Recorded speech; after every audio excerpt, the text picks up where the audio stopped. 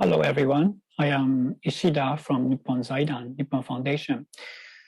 Today, we have, for those participating in this hackathon, we think that many of you do not know much about the people with disability. And in order to provide you with some information about disability people, we are using this video. And we would now like to talk with a person actually with a disability and to better understand the problems they have in everyday lives. And so we can deepen the understanding about disability. And for me too, this is the first time that I'm actually encountering the people with disability for the first time. So I'm sure many of the participants are also in a similar position as I am. So we will be taking about 20 to 30 minutes for this video. So today, we have a co-sponsor, the iCollaboration Kobe, Mr. Itagaki. We'll be interviewing.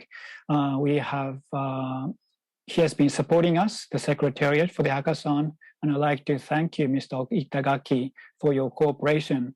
And today we'll be interviewing today. So first up, we'd like to ask Mr. Itagaki to introduce yourself and also about your organization, the iCollaboration Kobe. Thank you, Ms. Ishida. I am I'm the president of the iCollaboration Kobe. My name is Itagaki. iCollaboration Kobe is an NGO that supports people with disability. We are located in Hyogo Prefecture in a city called Kobe, in a place called Port Island. It is basically an island. And there I have staff of about 16 people, and of which 14 staff members, they have some kind of disability. And although it may be difficult to understand online, but myself is a wheelchair user. And there are people who have hearing difficulties, visual impairment, mental disability included in our staff. And they basically work on designing web pages. So we do deal with people with different types of disability, and also we put emphasis on improving accessibility. And so we do look at the web accessibility of different web pages. And so we also conduct user tests to assess web accessibility, internet accessibility. We also engage in system designs, application design, and also to improve user interfaces for people with disability. We are involved in design, and also actually we have an artist working at our office who make postcards, calendars, and fans. We have 3 artists who work on these projects, and they have different tastes. They create different illustrations. We also sell calendars and so forth.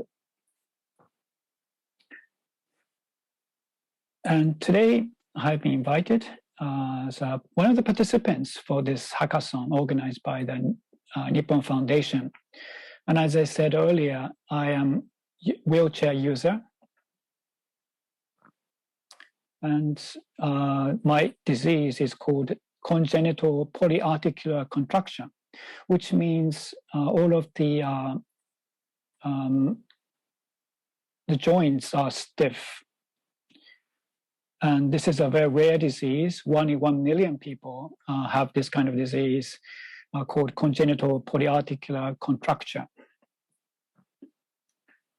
And in my work, I'm involved in accessibility overall.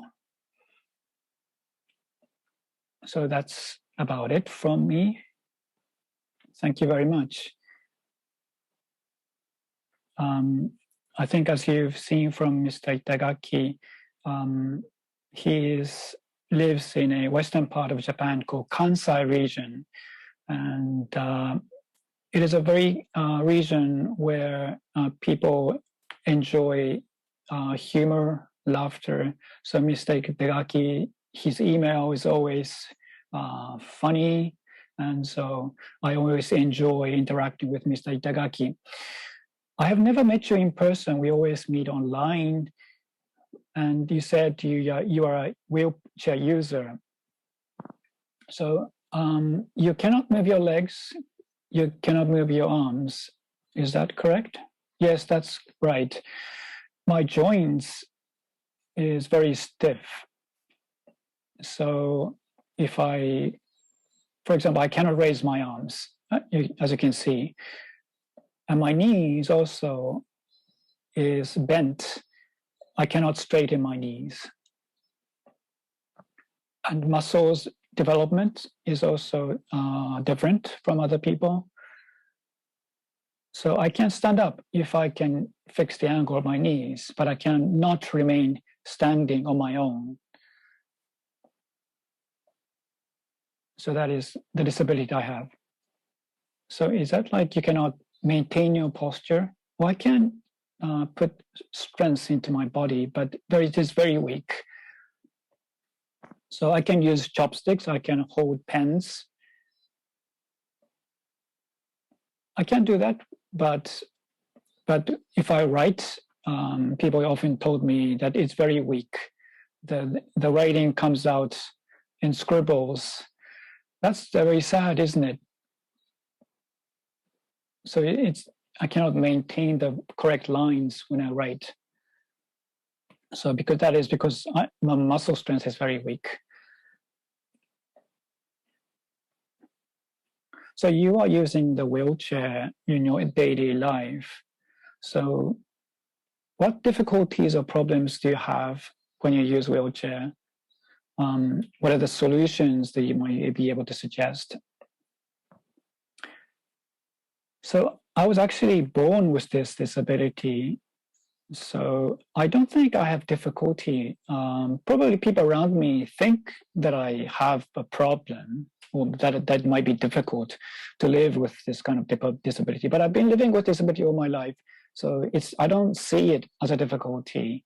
So, but of course, other people may see differently. In my daily life, however, perhaps I can mention, like, it's difficult for me to put on socks on my feet. It might take 10 minutes just to put on the socks. So because I cannot bend my hips, it's very difficult for me to reach my feet. So I have to use a special device to enable me, basically it's a stick. So it's a 70 centimeter stick. How do you use it? So if you have a 70 centimeter stick, you don't have to reach down to your feet. You can operate the sock at the edge with the stick. So I use a 70 centimeter stick to put a sock on my feet. I basically put a sock on the stick. So it's like putting on your shoes for the normal, yes, we do have the edge of the stick is a bent, so you can put on the sock on the stick and reach down to my feet to put it on. But it takes time. So I would appreciate it if there was some device that would allow me to put on my stick much quicker. And there are other tools available, but disability for my there are different types of disability and people have different problems. So even though the manufacturer may sell some kind of tool, but for certain type of people with disability, it is still difficult to use. So I have to decide on my own solutions, to discover my own solutions. And that is probably one of the problems we have in my daily life. So you use, how long does it take to put on a pair of socks? It might be 10 minutes if it works out well. So, but if I'm not feeling well, it might take 20 minutes. So what is that gap there, 10 minutes and 20 minutes? Maybe that's related to the mental state, perhaps. So yeah, 10 minutes, you would then have to wake up early if you're going to commute to work. But if you have my mother put my sock, it will only take about 3 seconds. So, but I do it, like 10 or 20 minutes in regular days. Thank you for that, Mr. Itagaki. And that's probably about the everyday life. If I travel outside, I'm on a wheelchair, and I'm traveling outside of my home. Is the problem I have often is the lamps, the steps. That is very difficult for us users of wheelchair. So I try to avoid the steps, but I try to find ways to avoid the steps. And that is probably one of the problems I have encountered. So in places like Osaka City, the entrance is a slope, but the exit is you have steps, and that is like stairs. If they would have slopes both for the entrance and the exit, that would make it much easier for us. So that's one of the problems we encounter. So my relative actually is a user of wheelchair, and they go visit temples, to the cemetery, and in Japan there is usually a steps on the graveyard, and for the wheelchairs it is very difficult. They cannot go close to the gravestones to pay respect to the dead, and I feel that is a very sorry thing. I empathize with that. I also have a temple, and I cannot go to the gravestone from the parking space. And of course, they're promoting the barrier-free these days, but it's only partial, not everywhere. So I would like to see this kind of barrier-free spread further. So if they would listen to the voices of people, they might be able to expand the barrier-free, but unless things change, it is still difficult.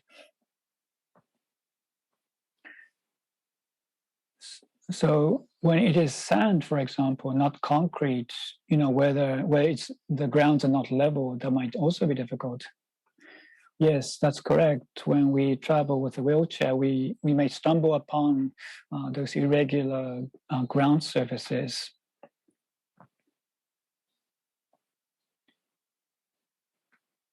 And although I said I don't find personally to have a difficulty in life, if you think about it, there are difficulties. Like, for example, we would often not know where elevators are. And sometimes the elevator itself is crowded and we can't go in. We have to wait for the elevator to the people to get off. And also we lose the timing of getting onto the elevator. That is also some of the irritations we have. And some people try to keep the elevator door open for us, but they're actually standing on our way. And we would just like to tell them that the elevator will stay open for a while for us to get in, so you don't have to keep the doors open for us.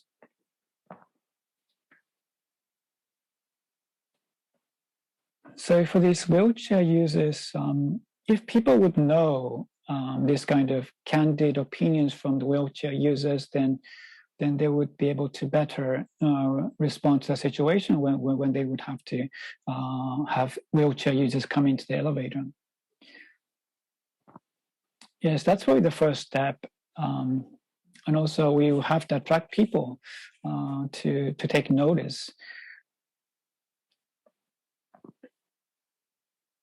Is publicizing, providing information to the general public is a very important thing that we need to tackle.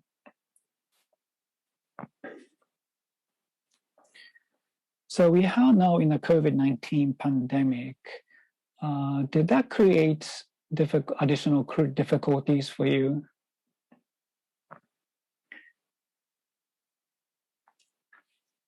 Yes, we have to wear masks, which is a problem for me. You know, I have long hair. It's not so easy to put on the mask. Of course, I should just cut my hair short. It would solve the problem. But so I cannot sort of like hold the mask in my mouth. So I might try like holding the mask in my mouth and then pull the strings over my ears. And that is time consuming. Also, it's cumbersome. And it was my first time I bought a mask. I've never worn a mask before the pandemic. And after the pandemic, we started introducing the remote work. And we had difficulty about how to maintain communication with the staff members. So some people can use a telephone to communicate, but it is still difficult to communicate. The face-to-face communication was much easier. So the COVID-19 pandemic has made communication more difficult. And some staff members felt lonely working on their own. And so we tried to maintain contact with those staff members. And some people feel that they feel lonely working in a home. And normally they would come to office 2 or 3 or 4 times a week, but that is now not possible and they feel lonely. And so, yes, the communication was one of the difficulty we had during the COVID-19 pandemic. So as for the masks that you mentioned, for example, when you go out and then you come back home, and then you can remove your mask and then put it on again. But on the outside of the mask is often dirty and you don't want to touch that. So when I do it, I try to be careful not to touch the outside of the mask. But as you mentioned, it is going to be difficult, isn't it? Yes, that's right. In terms of sanitation, once I take the mask off, I throw it away. So I have a lot of masks that I've thrown away, and also stock up a large number of masks. Is there any good ways, depending on the material, for example, there are different types of masks in Japan. For example, some in cotton, the white ones. Those are quite easy to use because they are soft and I can keep them in the mouth. But if they use different types of cloths, like polyurethane ones, they are difficult to use.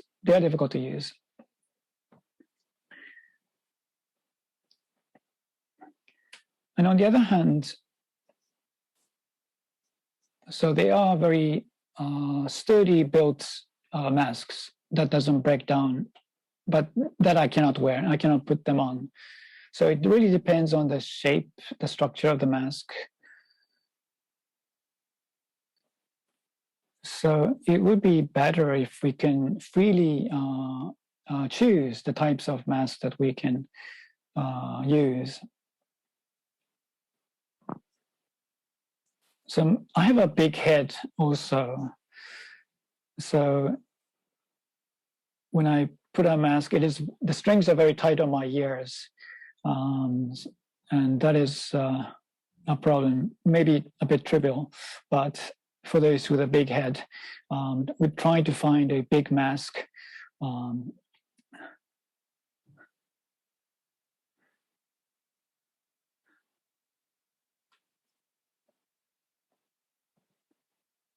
So about the communication that you mentioned, I think this is a problem that is common, not only for the people with disability, but for all of us. And when we talked before, I found it interesting that you mentioned that there are some people with disability. I don't think it's you, but there are people who have problem finding a girlfriend that you mentioned. So in Japan, we have a dating app. Matching app is very popular in Japan also, and young people use it generally.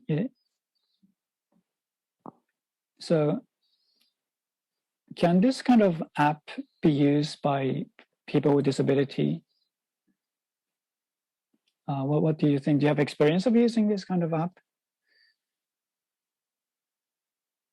Yes, I've used it before, actually. I've used different types of matching dating apps. And the acquaintance I know is a person with disability, and they say in their PR material that they are disabled. And I have a feeling that people sort of don't accept people with disability. And I feel that if you say that I have disability, that people will not meet you. They will not, they'll try to avoid you for the matching. So this is really about ability to communicate better, I think, is the issue here. This is something I felt when I used a number of these types of apps. So I don't say I'm disabled and try to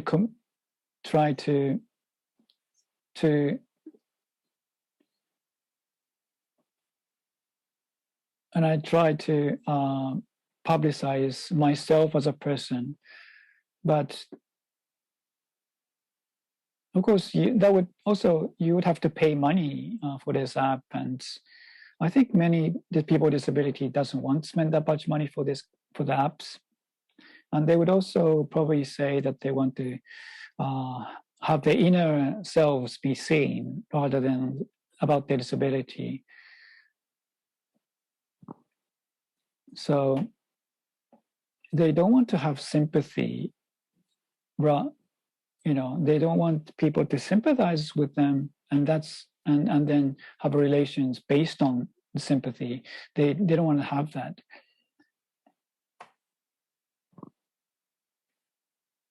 So I think it's a way of conveying information. Communication is crucial. How to introduce yourself. So matching up in that sense is a very difficult tool for us people with disability.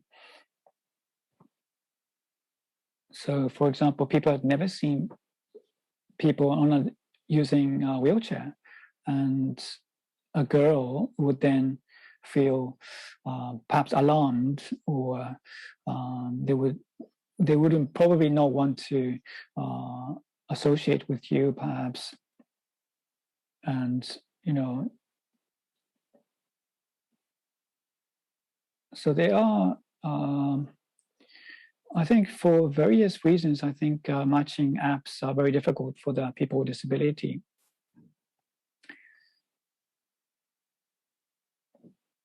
So of course, this is only related to disability. For example, maybe some people have very big bodies, or maybe they are not very good looking, or I think it's the same problem, because it is a matching app. Maybe if you are divorced, are you going to disclose that or not? And I think that's people share the same problem, and this is not just the issue related to people with disability, but actually some people have found their match even with disability. So I don't know how they did it, but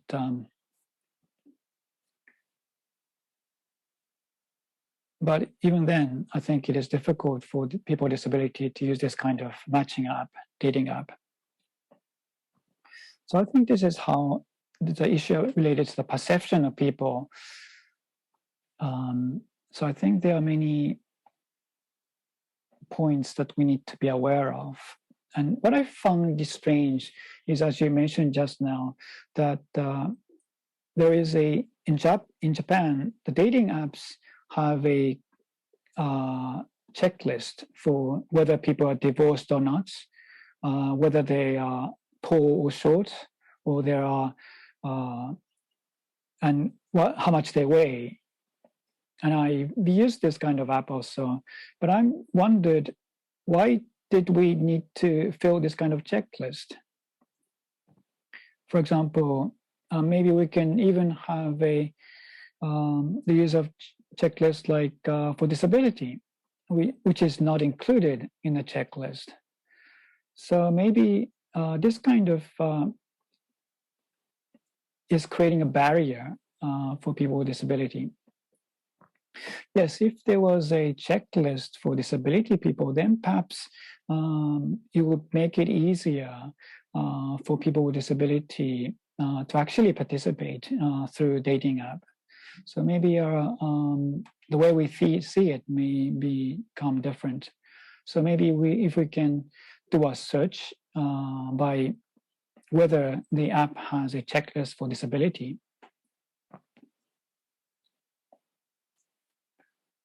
So that will make it easier for disabled people to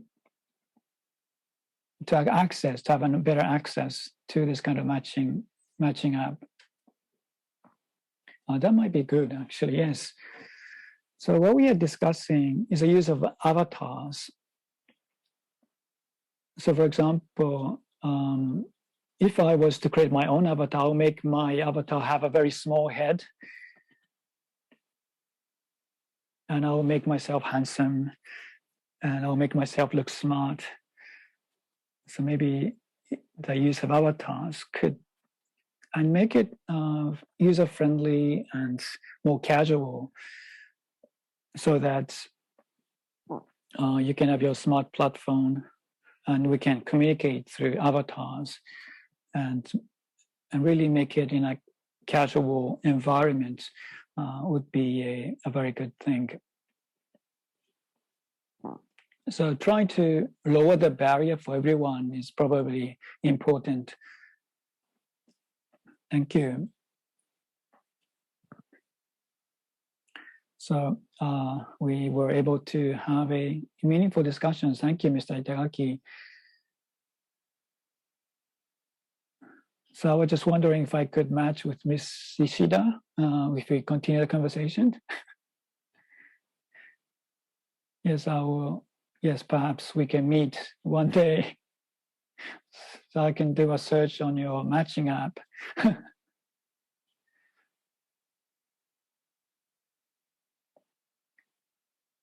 So now we'd like to conclude this interview.